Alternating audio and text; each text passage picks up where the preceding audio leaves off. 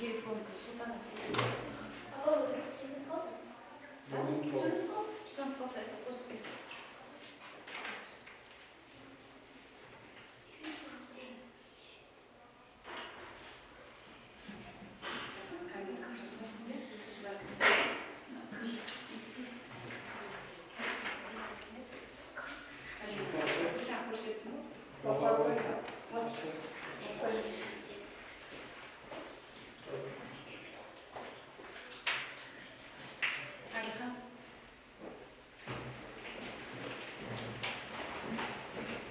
Сәлеметсіздер ме оқушылар?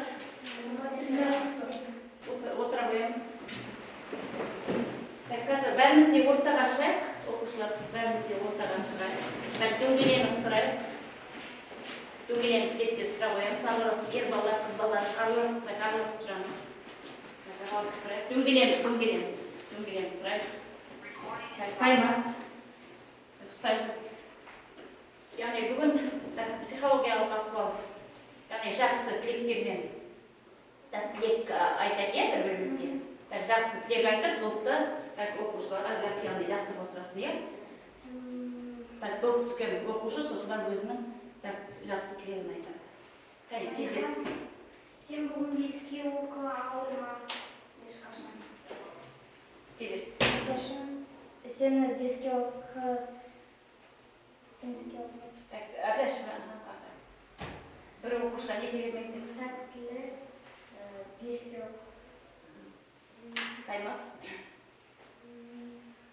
Султана, сен ауырма. Аспаның ашық болсын. Сен бүгін қателесің. Айдария бүгін бес ашық. Айдария бүгін... Дауыстар кішкене қаттырақ айтыңдар. Қаттырақ шығар. Тез-тез. Султана, сен бүгін беске оқы ауырма. Жақсы саққа отыра қойыңдар. Қазір отырмас бұрын, қазір топқа бөліп жүрейік. Топқа. Мінекей, көріп отырсыңдар ғой. Яғни, екі топқа бөлінді. Бірінші топта Медина, Іңкар, Султана, Жанкүміс. Отыра қойыңдар бірінші топта. Султана, Іңкар, Медина, Ардашин. Бірінші топ, оң жаққа қарай отырады. Мына жақтан. Бірінші топ. Бірінші топ Султана, Іңкар, Медина, Ардашин. Екінші топ Айдария, Таймас, Жанкүміс, Алихан. Екінші топ Айдария, Таймас, Жанкүміс, Алихан. Тез-тез отыра қойыңдар.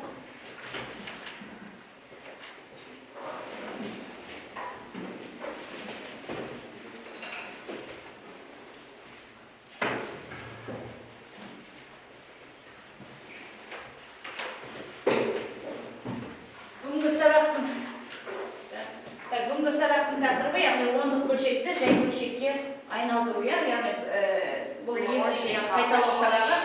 Жалпы сабақтың мақсаты бөлшектерді бір жазылу түрінен басқа жазылу түріне ауыстыру. Оны сендер білесіздер, яғни бөлшектерді бір жазылу түрінен басқа жазылу түріне қалай ауыстырады екенбіз. Енді жалпы бөлшектер неше түрге бөлінеді өзі? Жалпы? Үш түрге ме, әлде тағы екінші топ неше түрге бөлінеді? Жалпы бөлшектер неше түрге бөлінеді? Неше түрге? Бөлшектер жалпы қандай болып бөлінеді? Бірінші тоқсанда біз өттік жай бөлшектерді, екінші тоқсанда, үшінші тоқсанда біз өтіп жатыр ондық бөлшектер. Сонда неше түрге бөлінеді екен? Екі түрге бөлінеді екен, жай бөлшектер болып, және ондық бөлшектер болып, екі түрге бөлінеді. Енді ондық бөлшекті жай бөлшекке айналдырып қалай орындалады? Ондық бөлшекті жай бөлшекке айналдырып қалай орындалады?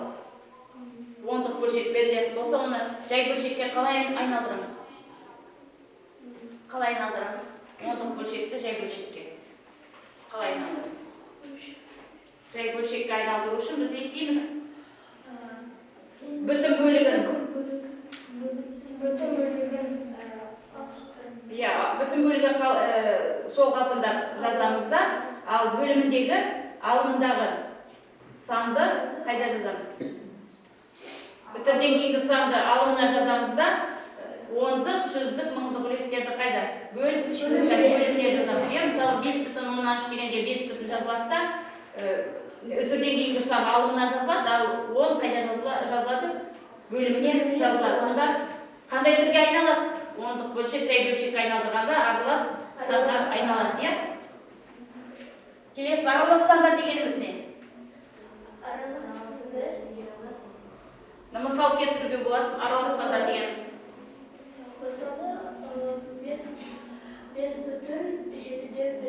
Так, 5,7-ден 3. Так, дұрыс, 5,7-ден 3 дегеніміз, яғни бүтін бөлігі нешеге тең? 5-ке. А бөлшек бөлігі? Бөлігі 7-ге, алымы 3-ке. 7-ден 5, яғни бөлімі 7-ге тең де, алымы 5-ге тең болып тұр. 5,7-ден 3 дейді. Келесі енді қазір сендерге мынандай тапсырма, яғни топтық жұмыс, аралас сандарды ондық бөлшек түрінде жазасыңдар, яғни бірінші топ телефондарында алып, алдағы тұрған, яғни QR код арқылы тапсырма ашылады, сол QR кодты кетеміз. Бірінші топта, екінші топта. Телефонымызды ашамыз. Телефонымызды ашайық. Ашамыз. QR код жаңа кім еді? Әбдәш, кел. Телефонды бере тұр. Айдар.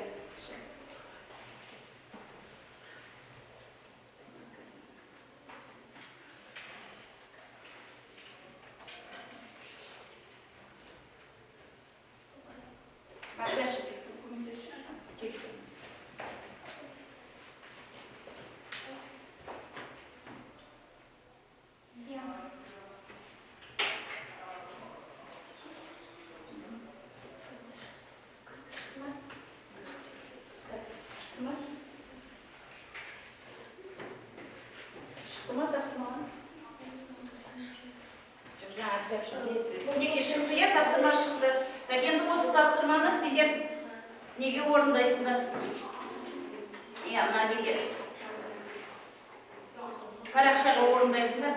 Неге жазылмайсыңдар? Парақшаға орындайсыңдар. Бұнда әртүрлі нелер тұр. Фломастерлер тұр, соны немен орындалу ретінде осыған жазасыңдар. Кім қайнасын біргесі шейін. Яғни аралас санды ондық бөлшекке келесі мына істер алып тұстар, яғни қадегенсе Қайда жазамыз? Мінеке жазатын қайда неге жазасың? Бірінші қандай бөлшек беріп тұр? 3,20-дан 1. 3,20-дан 1. Аралас санға бөлшек.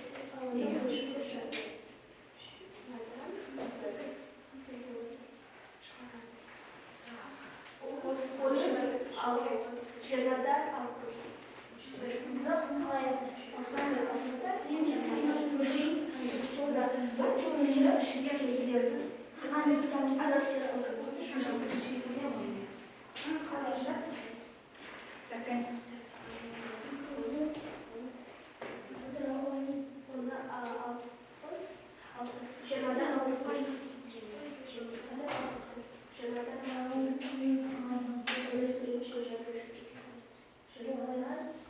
Burası bölşekte aynalı bağlasın.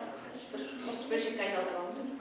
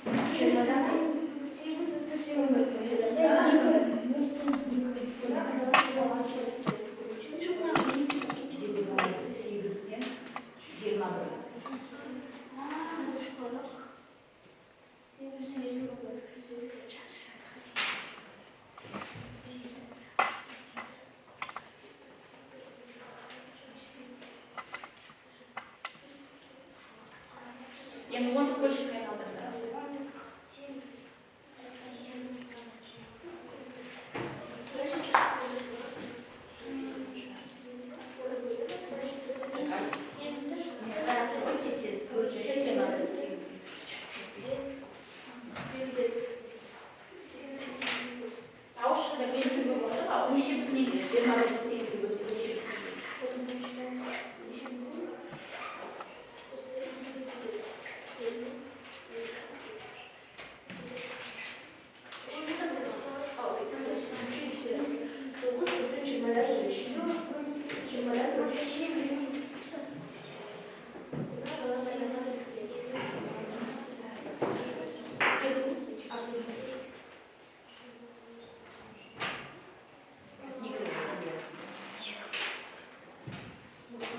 Жас қанша?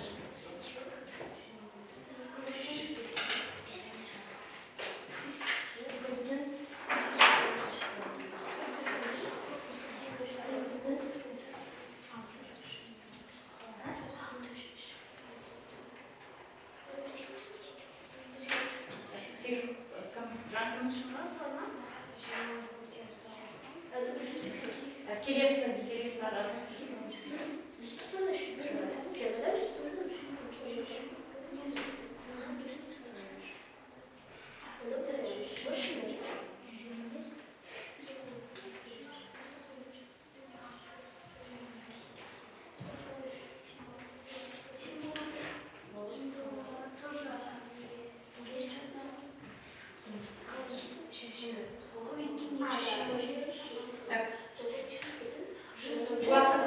Так, 1 минут уақыт қалды.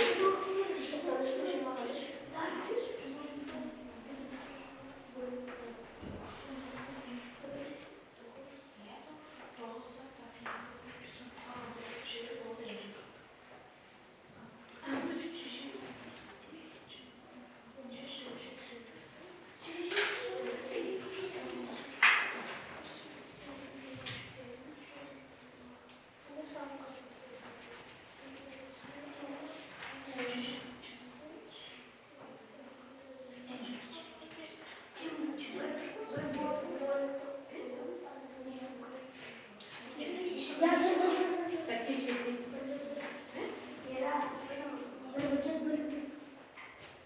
Ондық бөлшек.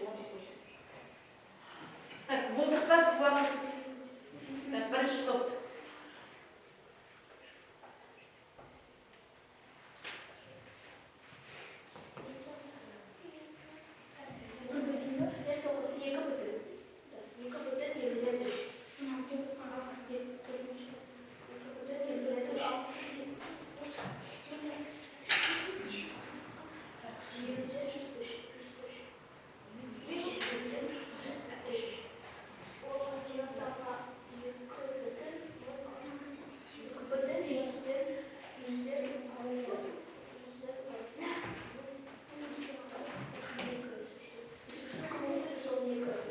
Так, уақыт өтті.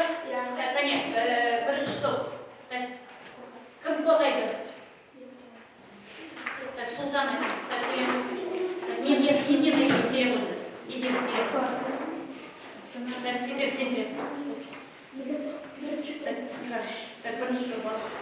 Так, бізге қандай бөлшек беріп тұр? Қандай бөлшекке айналдыру керек бізге? Сөзбен. Аралас сандарды ондық бөлшектерге айналдыру керек. 3,20-дан 1. Оны жай бөлшекке айналдырсақ, 20-дан 65 шығады. Оны біз 21-ден 20-ны бөлгенде... Ондық бөлшекке айналдыру керек, е? 21-ден 20-ны бөлгенде... 61-де 20-ға.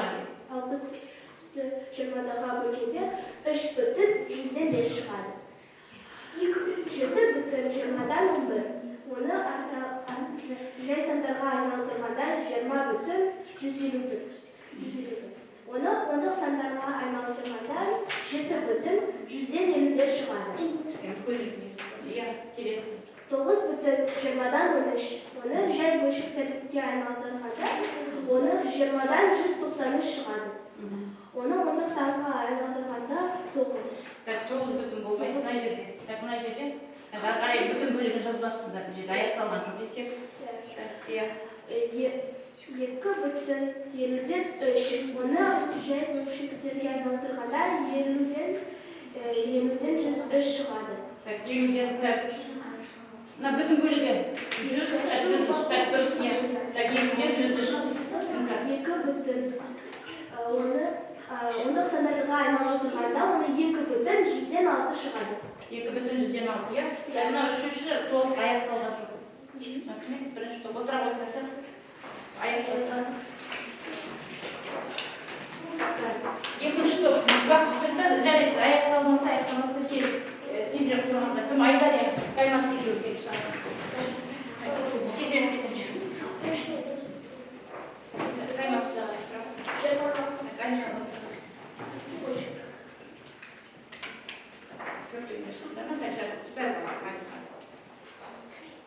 так, айтар.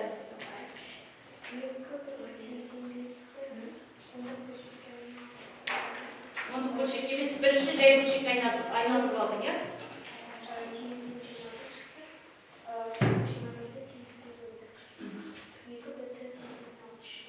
Так, дұрыс оқу, дұрыс айттық. 2,6 шықты.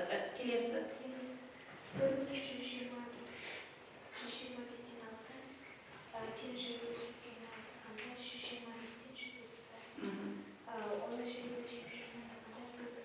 Жай бөлшек емес, ондық бөлшек келеді.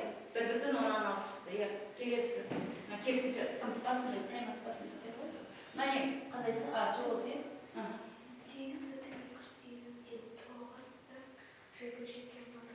Даусын шығар. 220-ден 2009 шықты. 220-ден 2009-да бөлшекке айналдырғанда 8,36. Так, соңғысын, яғни үлгерген жоқсыңдар, иә?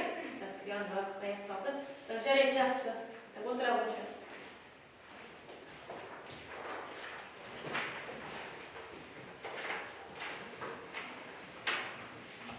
Енді әрбіріне бағалап отырында, кім қалай жұмыс істеді? Жаңа мен бағалау қарап деймін.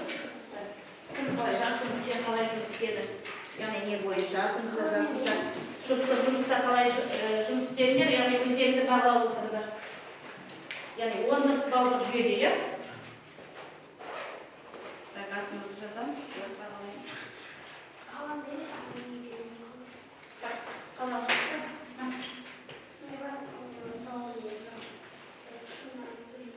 Енді келесі тапсырма бұл, келесі бұл жеке жұмыс бөліктерді жай бөлшек түрінде жазылды.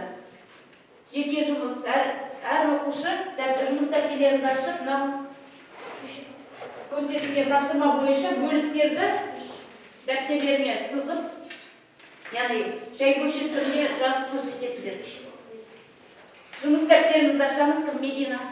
Так, Абдашев, жұмыс дәптерімізді ашамыз. Жұмыс дәптерімізді ашып, бөліктерді дәптерге саламыз, тездетіп сызып. Медина, кім Айхан? Жұмыс дәптерімізді ашып, келесі жеке жұмысты орындаймыз. Яғни бұнда бөліктерді жай бөлшек түрінде жазу керек. Бөліктерді жай бөлшек түрінде жазу.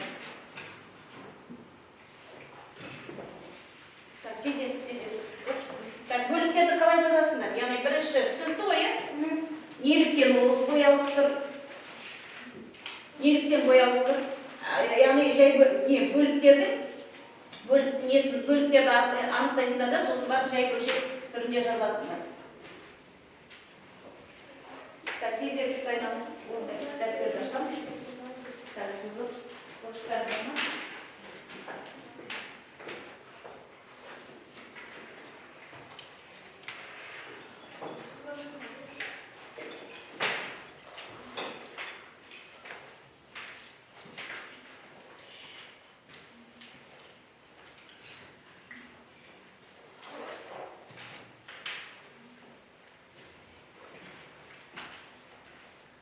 Тезек қаймас.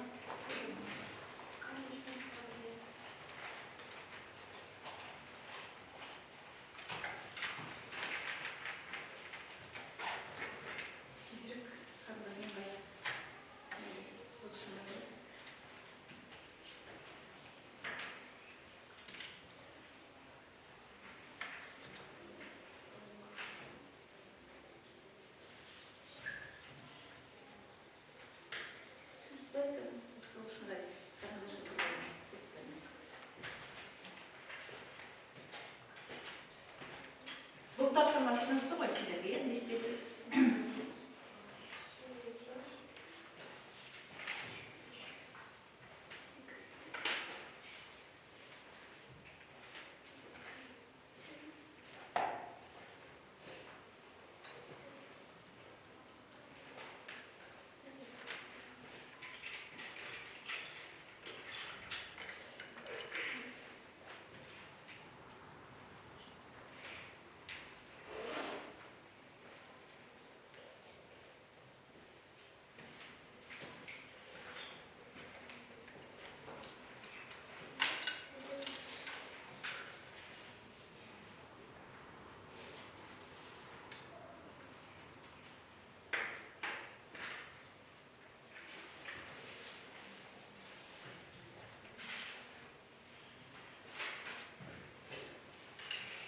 2 minut uақыттары қалды.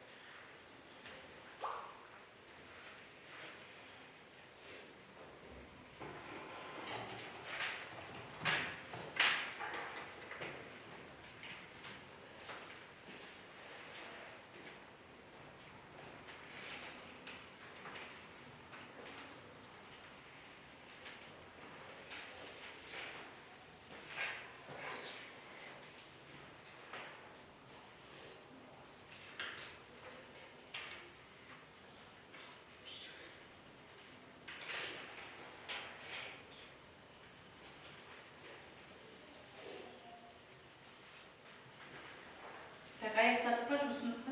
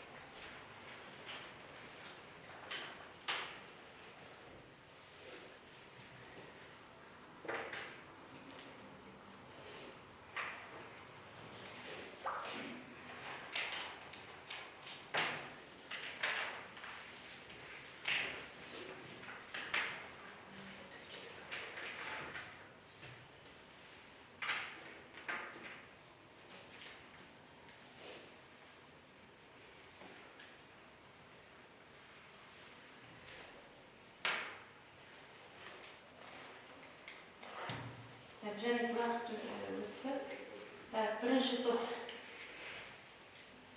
Сұлтан айтады. Біріншіде 10-нан 4. Яғни бізде бөліктерді жай бөлшек түрінде жазу керек еді ғой. Яғни бізге 10-нан 4 болып тұр, бөлік жай бөлшек. Енді 10-нан 4 бөлшек ары қарай не істелінеді бізде? Қысқартылады. Қандай санға қысқартылады? 5-тен 2-ге. Жоқ, яғни алымында бөлімінде қандай санға қысқартты? 2-ге. 2-ге қысқартты, сонда қандай бөлік пайда болды бізде? 5-тен 2. 5-тен 2, жақсы отырамыз. Екінші топта кім? Жанқымыз. Екіншісін айтады. Екіншісі 1/5. 1/5. Неше бөлікке бөліктір бізде? Біреу, екеу, үшеу, төртеу, бесеу? 6. 6 бөлік, сонда? 6-дан 1 бөлік. Отырамыз. 6-дан 1 бөлік. 6-дан 1 бөлігі бұл жай бөлшек, ардай қысқарады, 6-дан 1 бөлік. Қысқармай кел. Келесі бірінші топтан кім? Медина айтады.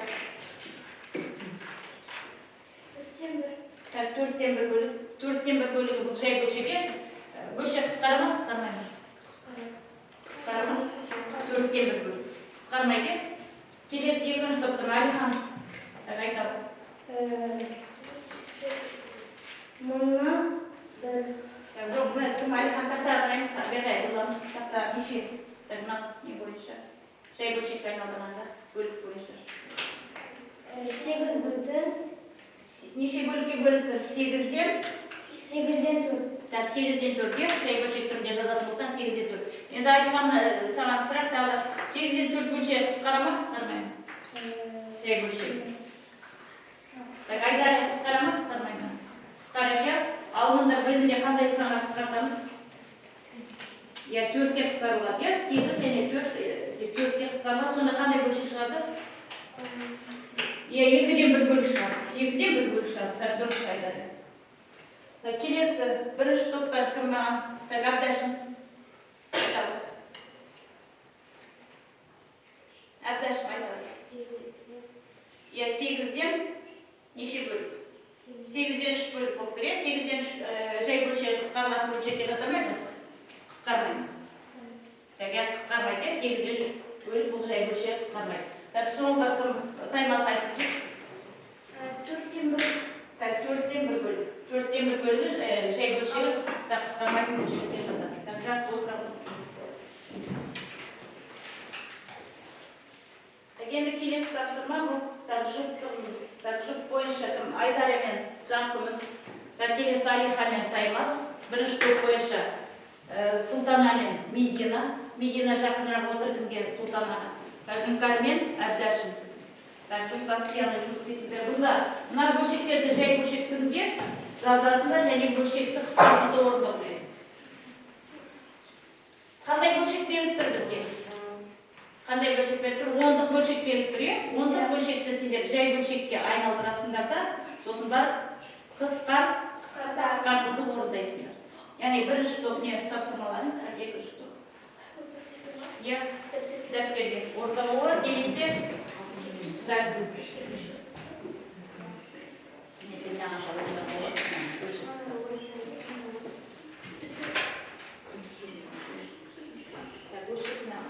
кім екеуің, сен кім екеуің, Жанқұмыз екеуің, сендер мынаны өшір, мынаны жазуға болады.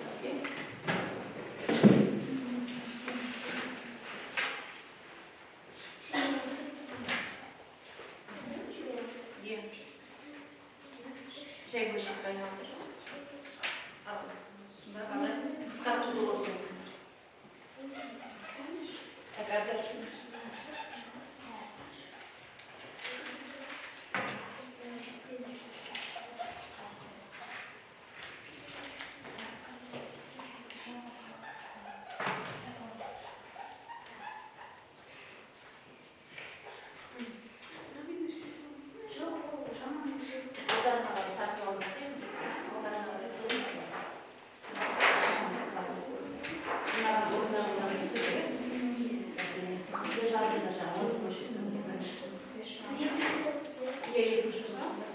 Тапсырмаңды жазыңдар, оны слышите. Туда келіп қабылдасың.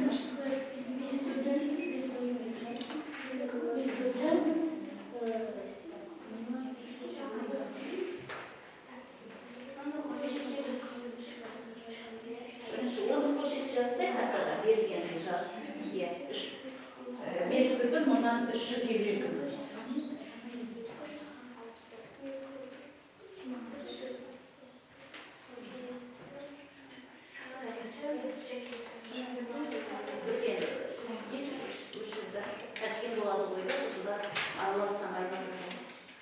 5,352. Кеше Алихан жақсы біледі ғой, Алласын қайтып.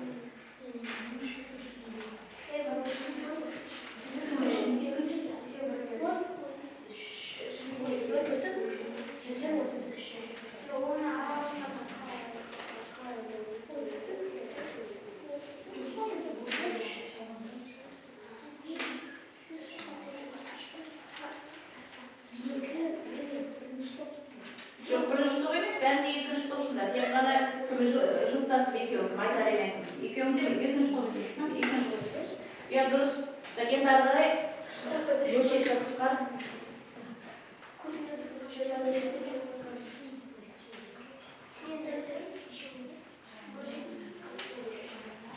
Болған жұп бар ма?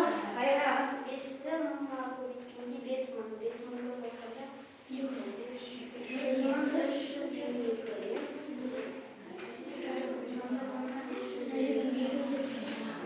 200.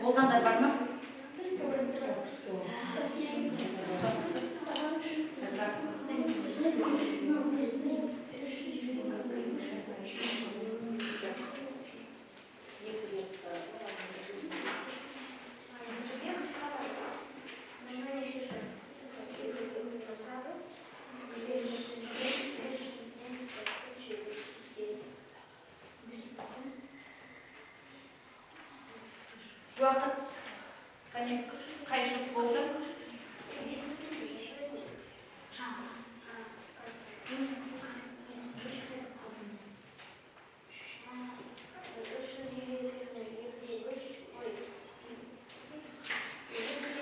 Так, Султанова медленно болса. Уақыт өтті.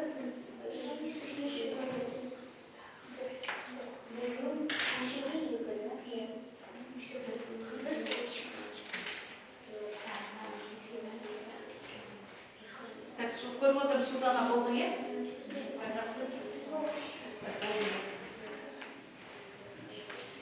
Саған қай жұт болды? Үңкар мен Әбдәшім болдық па?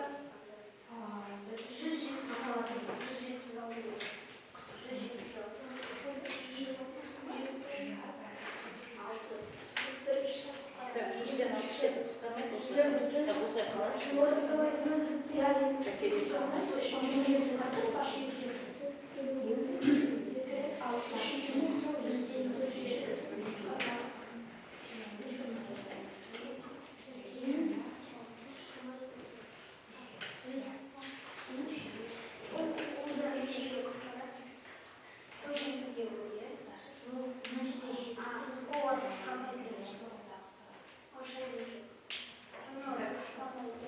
Так, бұл қысқармайды, бөлшек, ең осылай келесі.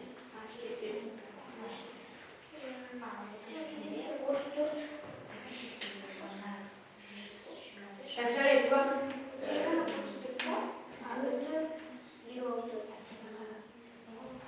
Кәде Султана мен Үңкар нетіп жүр? Медина. Так, келе ғой.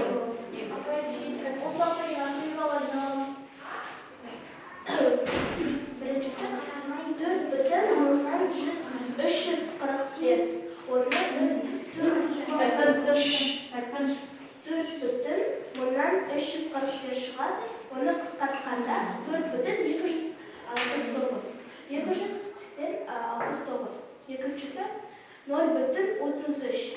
Оны біз жай санға айналдырғанда, жай бөлшекке айналдырғанда 100-ден 33 шығады.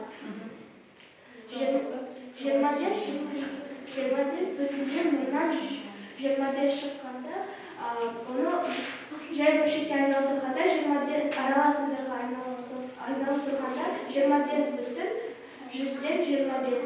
Оны қысқартқанда 5,20-дан 5. Оны тағы қысқартуға болады. 25,481. Мұнан 125-ті жай бөлшекке айналдырғанда 0,125 шығады. Так, 0,0-ді жазып қойсын, 0-ді негізі бүтін бөлігі 0 жазылмайды. Мұндан 125 болып тұр. Мұндан 125 бөлшегі ағай қысқарады. Так, соңғысы бөлшекті қысқартып жүрдер. Так, отырамыз. Так, сіздер бәрі сіздерде. Так, орындапта кесте жауабын тең боласын айтып жүрші. Так, салып жайды.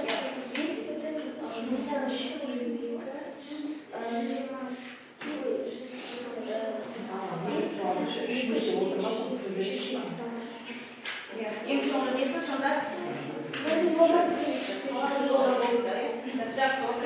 Так, енді сендерге мынандай стаканчик беремін. Мұнда стаканчикті яғни сендер өсу ретімен орналастыру керек.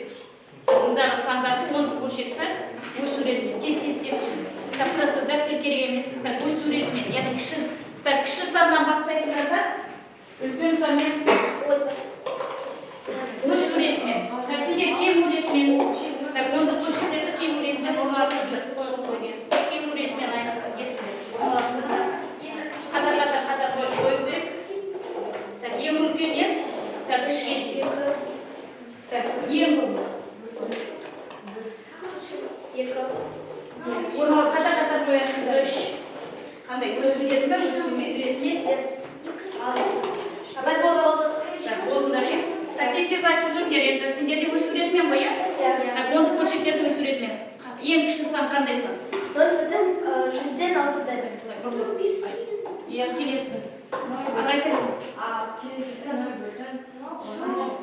Келесі сан. 0,17 дұрыс. Келесі сан. Келесі 1,345.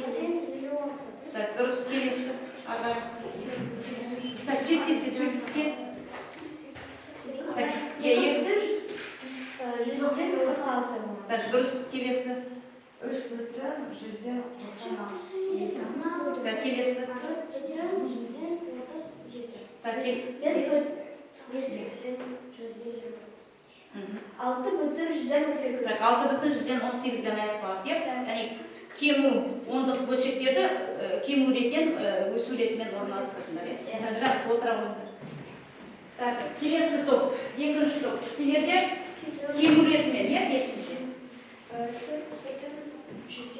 Яғни ең үлкен ондық бөлшек 4,116 болып тұр. Келесі. 3,125. Елу, 125 де. 2,145, 2,12, 1,1371, 0,124, 17 ең кіші сан, сонда 0,117 болып тұр. Так, дұрыс. Так, отыра қойыңдар.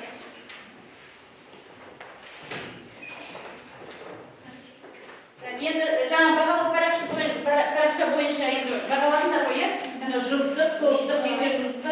Енді сол нелерді бағаларды бір-біріне барлық нені бағаны қосасыңдар да, так 4-ке бөлесіңдер.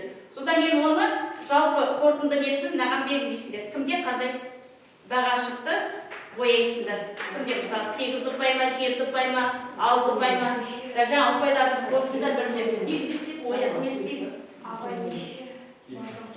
Так, 10 балл, не только 10 балл начислить. Так, 10 балл. Бірінші сымада неше барлығы?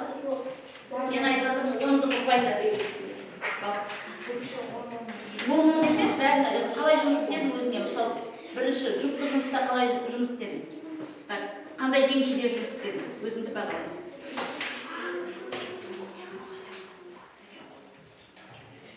Жұптық жұмыста қалай жұмыс істедің? Қойса 6 ма, 7 ұпай ма? Тағында қалай жұмыс істедің? 5 па, 4 па қалай жұмыс істедің? Жақсы жұмыс істесең, онда қоясың.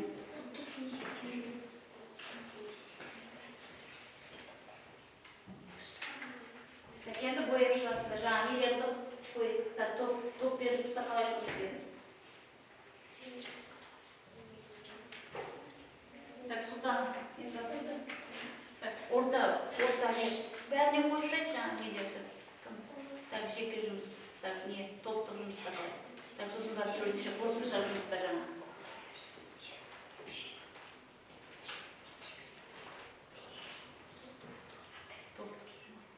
Негізі жоба боласың. Сен жақсы жұмыс істеген жоқсың. Так, енді бәрін, жаңа қосымшада қалай жұмыс істедің?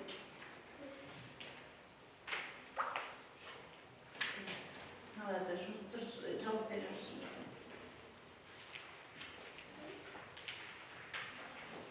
Так, енді 4 ұпайды қосасың да, орташа несін қорытынды несін шығарасыңдар. Қанша болып тұр? Так, 4-те қосасыңдар, так, 4-ке бөлесіңдер, сонда орташа несі бағасы шығады. Так, орташа бағасын шығардыңдар ма? Так, 4-те қосасыңдар, мұнда. Так, соңғысы, жаңа қосымша не бойынша қалай еді? Қосымша жаңа соңғы тапсырмады. Соған қойса, еғында қалай жұмыс істеді. Сосын бар 4 санды қосып, 4-ке бөліп. Так, болды.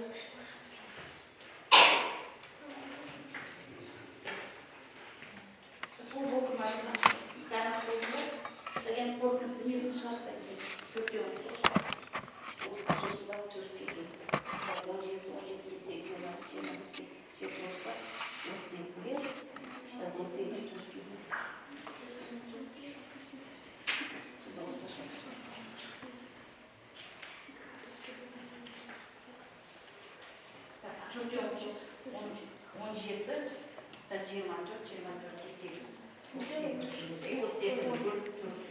орташа несі қанша шығар?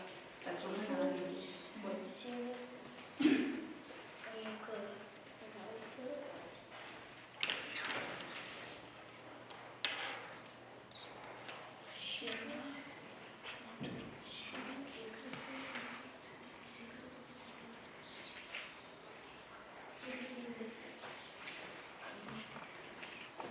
Так, сонымен сабақты қорытындылайтын болсақ, бүгін сабақта біз 10-дық бөлшекті қандай бөлшекке айналдырдық?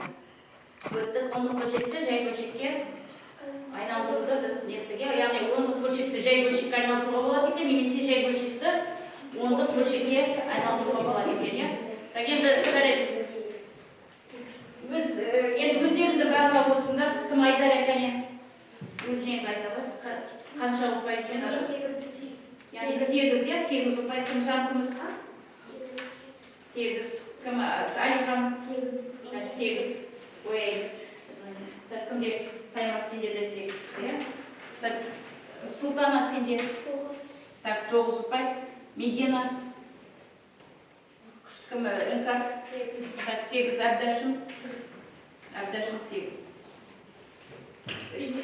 Үй тапсырмасын жазып алар? Үй тапсырмасын. Үй тапсырмасына 614 оқулықтарын ашып берген алды. 614 және 615. 614, 615.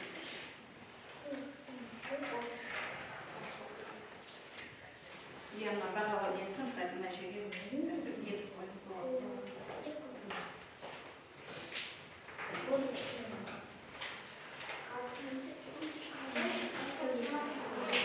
Так, енді кері байланыс жасап жүрейік біз, кері байланыс. Қазір мен неге түсіндім, сұрағым бар, және әлі де сұрақ туындайды. Яғни деген кері байланыс жасап жүрейік. Кері байланыс жасап жүрейік. Егер түсінгендерін жазсын қалташаға барасыздар, иә? Тағы да сұрақ болатын болса.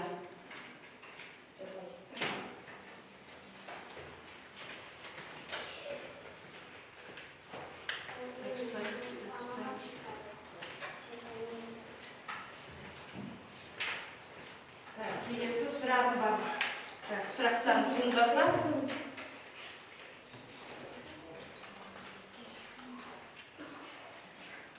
Сұрақтар туындаса, онда сұрақ бар деп кері байланыс жасап жүрейік. Кәне, кім шығамыз? Бірінші топ шығамыздар.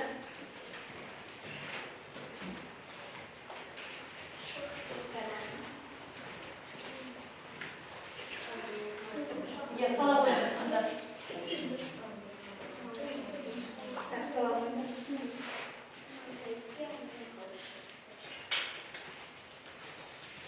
Медина салынды. Так, Медина да әлде. Әлде ізденіп керек екен, сосын бар сұрағым бар, е, Медина? Так, жақсы, ол дұрыс айтады, Медина әлде. Так, ізденіп керек Медина. Кішкене жұмыс бар. Келесі екінші топ.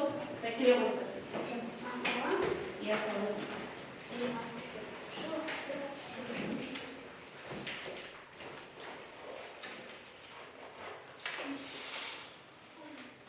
Я сала отырмын, жақын сала. Сұрағым бар ма? Нең бар ма? Әлде зем керек, е? Сала қойдым, әлде зем керек болса, әлде зем керек. Сағанда жаңқымыз кішкене зем керек екен. Солтыра қойдым, жаңқым солтыра қойдым. Сұрақтарыңыз бар ма? Яғни сонымен 10-дық бөлшекті жай бөлшекке айналдырдық, және керісінше жай бөлшекті 10-дық бөлшекке айналдырдық. Енді жалпы аралас сандарды қалай нететін, бұрыс бөлшекке қалай айналдырамыз дейді, тағы бір сұрақ. Аралас сандарды қалай айналдырамыз бұрыс бөлшекке? Өзі жай бөлшектердің өзі қандай түрге бөлінеді бізде? Дұрыс және бұрыс болып бөлінеді. Енді бұрыс бөлшекке қалай айналдырамыз аралас сан берілсе? Біз аралас санның бүтін бөлігін көбейтемізде алымына қосамыз. Так, дұрыс айтасыз. Яғни бүтін бөлігін біз бөліміне көбейтеміз де алымнан қосамыз. Сол кезде бізде қандай бұрыс бөлшек шығады? Бөлімінің санын жазамыз да бөлімге, ал анау біз